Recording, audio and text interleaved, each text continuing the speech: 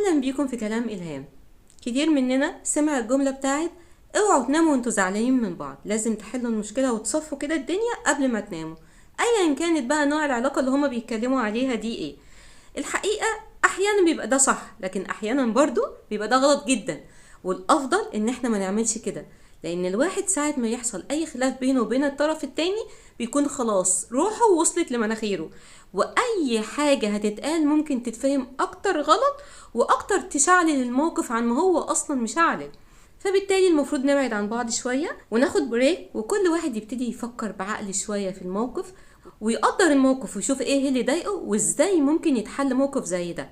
الحقيقة تاني يوم لما بنفكر بعقل فرصة الصلح وان احنا نصفي الموقف بتبقى اعلى كتير جدا من ان احنا نعمل ده في ساعتها في وقتها، لان احنا ساعتها بنعمل ايه؟ بنحط البنزين جنب النار، ولما الدنيا تولع يبقى دي مشكلتنا واحنا اللي عملنا كده.